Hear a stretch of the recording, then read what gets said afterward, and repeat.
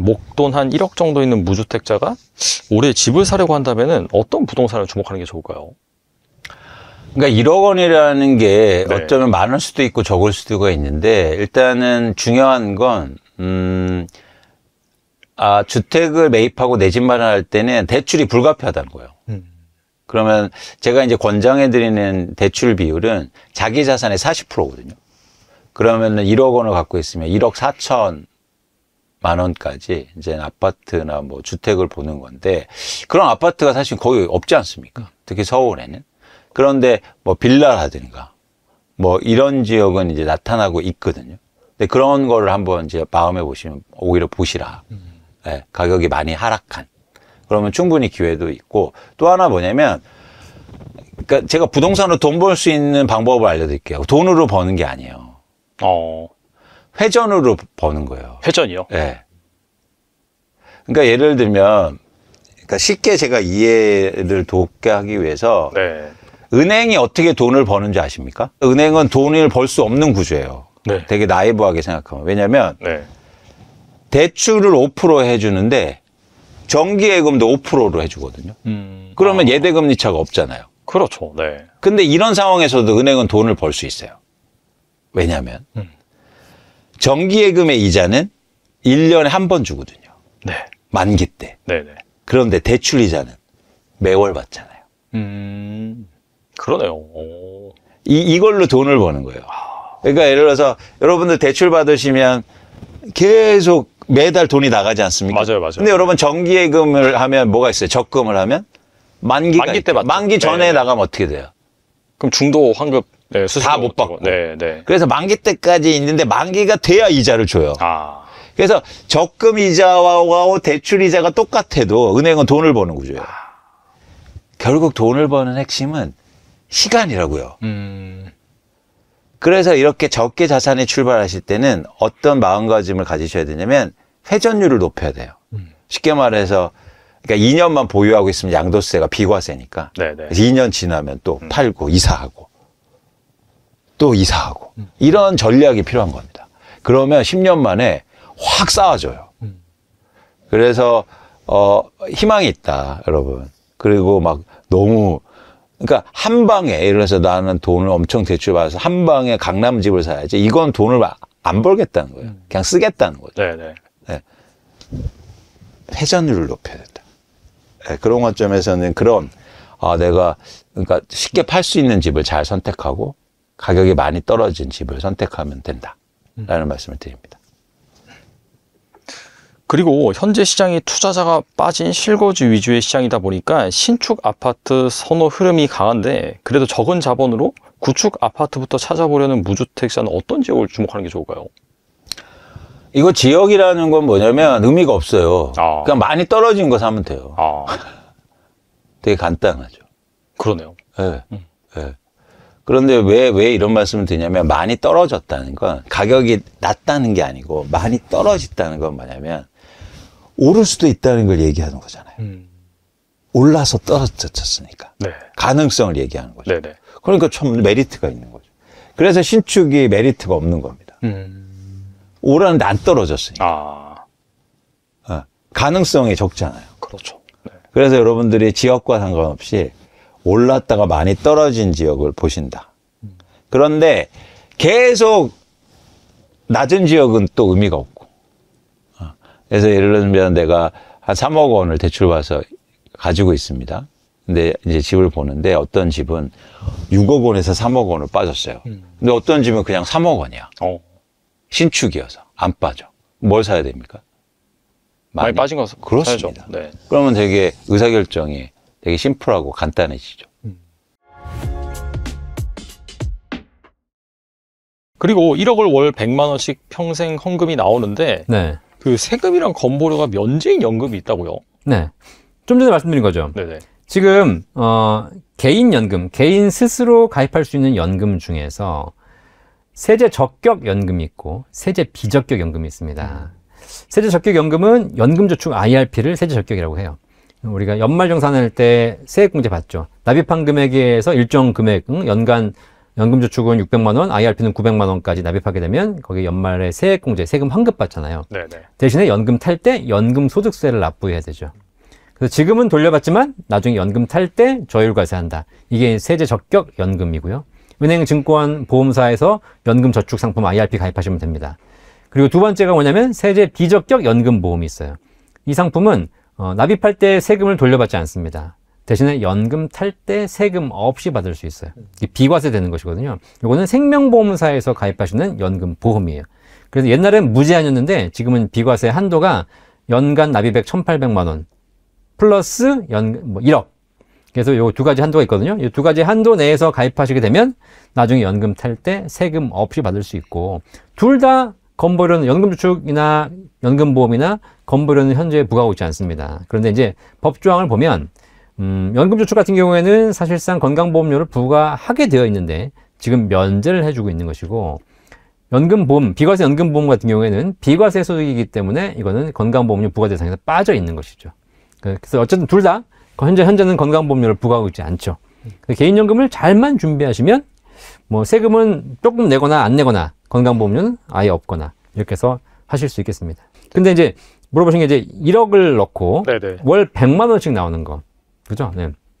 지금 일반 젊으신 분들은 돈이 많이 없잖아요. 그럼 내가 연금을 준비한다 하더라도 뭐 한 달에 30만 원씩, 50만 원씩 꾸준하게 적립식으로 모아서 금액을 쌓아서 불려서 나중에 연금 받겠다. 이 생각을 많이 하시죠. 자, 그런데 나이가 드신 분들은 이제 내가 50대예요. 내가 언제 잘릴지 몰라. 뭐 한 달에 50만 원씩 지금은 할 수 있어. 근데 이걸 내가 2년, 3년 할 수 있을까? 언제 잘릴지 모르는데. 이런 고민 하실 거 아닙니까? 그렇죠. 그렇죠. 뭐 젊은 사람들이야 10년 납, 20년 납입을 할 수 있겠지만 나이 드신 분들은 그게 쉽지 않아요. 대신 이분들에게는 목돈이 있습니다. 그동안 쌓아서 통장에 뭐 예금 통장에 들어있는 몇 천만 원, 몇 억이 있을 수도 있고, 그다음에 다음 달에 퇴직하게 되면, 특히 최근에 퇴직 많이 하시더라고요. 퇴직금이 받아 나와요. 그럼 퇴직금을 IRP로 넘어오게 되면 뭐 적게는 5천만 원, 많게는 1억, 2억, 뭐 명퇴금까지 받으면 5억, 이렇게 많은 금액이 들어오기도 합니다.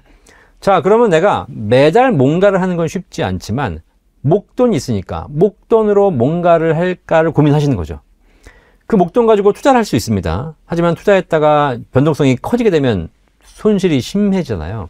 근데 그런 거 말고 목돈을 가입해서 일정 기간을 거치한 후에, 지나간 후에 나중에 연금으로 개시하면 이 연금액을 평생 드리는, 이걸 이제 우리가 목돈 낸다 그래서 일시납 혹은 거치형 연금보험이라고 해요. 이런 상품들이 지금 나와 있거든요. 1억까지는 비과세니까 1억을 맡겨서 일정 기간 거치한 후에 종신 연금으로 받는다면 굉장히 높은 수익률을 보증하고 있는데, 지금 나와 있는 연금들 중에서 50대나 50대 초반, 중반에 가입하셔가지고 대략 한 10에서 15년 정도 거치한 후에 65세나 70세부터 연금 받게 되면 한 달에 100만 원씩 평생 받을 수 있는 구조가 나옵니다.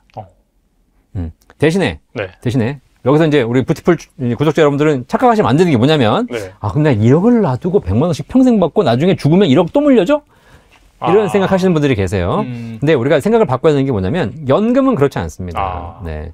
연금은 수익률의 기본이 아니라 종신연금이기 때문에 100만 원씩 평생 지급을 보증하지만 이게 원금과 함께 소진되어 가면서 100만 원씩 다 주는 거기 때문에 나중에 돌아가신다고 하게 되면, 물론 내가 뭐 100만 원씩 뭐 10달 받다 돌아가셨다. 그러면 9천만 원, 뭐 남은 금액은 다 상속이 되겠지만 평생 10년, 20년, 30년 받아가지고 내 원금보다 훨씬 더 많이 받아갔다. 그때 돌아가신다고 했을 때 자녀에게 1억이 물려주거나 이런 건 아닙니다. 대신에 종신연금의 특징, 여러분들이 80세를 사시든 90세를 사시든 100세를 사시든 150세를 사시든 관계없이 100만 원씩 죽을 때까지 보증해드린다. 이 조건으로 하시는 경우에 1억을 맡기고 약 15년 정도 후에 100만 원씩 평생 받을 수 있는 연금이 나와 있습니다.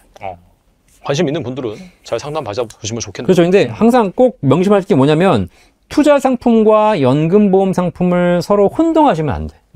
투자 상품은 1억 가지고도 내가 수익을 낼 수 있으면 연간 12%씩 내가지고 한 달에 100만 원씩 수익을 낼 수 있으면 원금 살아있으면서 100만 원씩 평생 받을 수 있거든요. 근데 이건 연 12%의 수익이 나와야 된다는 보장이 필요하잖아요. 그렇죠. 그렇죠. 네. 근데 연금보험은 그런 것이 아니라 평생을 드리지만 1억은 사라진다. 그걸 꼭 명심해 두고 선택하셔야지, 그냥 일반 투자 개념으로 선택하시게 되면 나중에 내가 생각한 것과 다른데 이렇게 생각하실 수 있어요.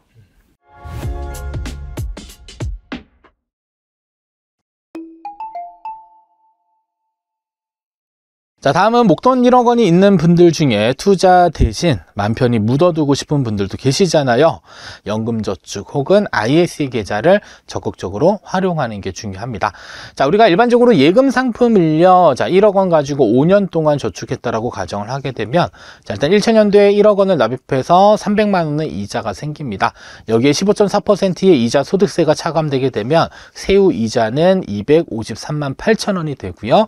해당 자금을 다시 납입 원금 1억 원과 합산해서 계속적으로 재투자한다라고 가정했었을 때 세전 이자는 1,500만 원이 발생되지만 세금을 차감했을 때 실질적으로 내가 손에 쥘 수 있는 금액은 1,335만 원 정도가 됩니다. 그래서 보통 일반적인 예금 계좌에서 운용했었을 때 우리가 살펴볼 수 있는 이러한 저축 방법이 되고요. 자, 그리고 세후 이자가 1천만 원이 초과하게 되면 일단 뭐 건강보험료에도 영향을 줄 수가 있습니다. 일반적으로 뭐 직장가입자의 경우는 보수 이외의 소득이 2천만 원 넘어갔을 때 영향이 있지만 직장가입자가 아닌 지역가입자의 경우는요, 이자 소득이 얼마 1,000만 원이 넘어가게 되면 이때는 다른 소득이랑 합산돼서 1,000만 원이 넘어가게 되면 이때는 한 7.09% 정도의 추가적인 건보료가 부과되고 여기에 장기 요양보험료까지 합산되게 되면 한 연간 8%의 건보료를 추가적으로 또 납입을 해야 되는 부분들이 있습니다.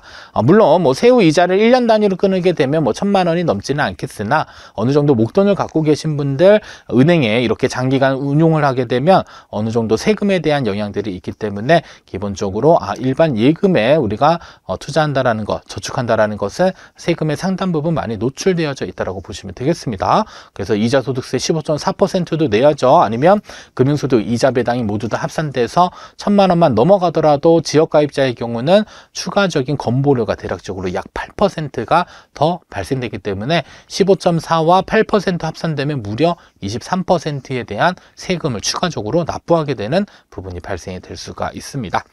자, 그러면 ISA 계좌 안에다가 우리가 만약에 예금으로요 5년간 저축했다라고 한다면 해당 내용은 연금 계좌 안에서도 동일하게 적용이 됩니다. 자, 그러면 1차년도에는 납입 원금 1억 원을 냅니다. 2차년도, 3차년도 계속적으로 반복적으로 내는데, 자, 중요한 건 ISA 계좌 안에는 과세 이연이라고 하는 기능이 있습니다. 이 과세 이연이라고 하는 건 일반적으로 이자 소득세 15.4% 수익이 발생되면 원천 징수를 해야 되는데 이런 ISA 계좌나 연금 계좌 안에서는 세금을 떼지는 않습니다. 그래서 발생되는 이자 수입, 즉 세전 이자를 계속적으로 합산해서 재투자할 수 있기 때문에 일반적으로 예금 상품의 15.4%의 세금을 뗀 만큼을 다시 재투자할 수 있는 이러한 복리 효과가 생기게 됩니다. 따라서 세전이자만 쭉 계산하시게 되면 5년 있다가 1,592만 7천 원 정도의 자금을 확보할 수 있게 되겠고요.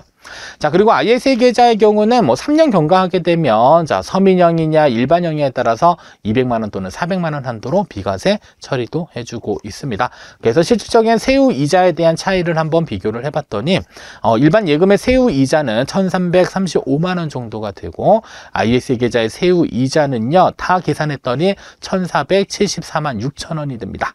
자, 그래서 어느 정도 차이가 발생되는지 계산을 했더니 400만 원 비과세 받는 분들의 경우는 139만 원 정도 차이가 나고요. 200만 원 비과세 받는 분들에 있어서는 119만 원 정도의 적지 않은 차이가 발생된다라고 확인을 해볼 수가 있었습니다. 따라서 어느 정도 목돈이 만들어지신 분들이다라고 한다면 일반적으로 예금 상품을 활용하는 것보다는 ISA 계좌나 IRP 계좌 안에 있는 이런 예금 상품들로 안전하게 운용하는 것이 어떻게 보면 세금적인 측면에서 조금 더 유리할 수 있다는 점 꼭 기억을 해주시면 좋을 것 같습니다. 그래서 뭐 예금이라고 하더라도 우리가 보통 뭐 연금 계좌라고 하면 뭐 IRP에서는 뭐 예금을 가입하지 못하는 거 아니야, 혹은 ISA 계좌 안에서는 예금 가입이 안 되는 거 아니야, 이렇게 생각하실 수 있겠는데, 자, 우선 ISA 계좌의 경우는 신탁형은 예금 가입이 가능하고요. IRP의 경우는 은행에서 가입하셔도 예금 가입 가입을 하고, 그다음에 증권사에 가입하셔도 예금 가입이 가능하다라는 사실 잊지 않으셨으면 좋겠습니다. 그래서 일반적인 예금보다는 최대한 절세 계좌인 이러한 ISA 계좌나 연금 계좌 쪽으로 계속적으로 금융자산을 이전해서 과세 이연 효과를 극대화하는 이러한 운용을 계속적으로 해주실 필요가 있을 것 같습니다.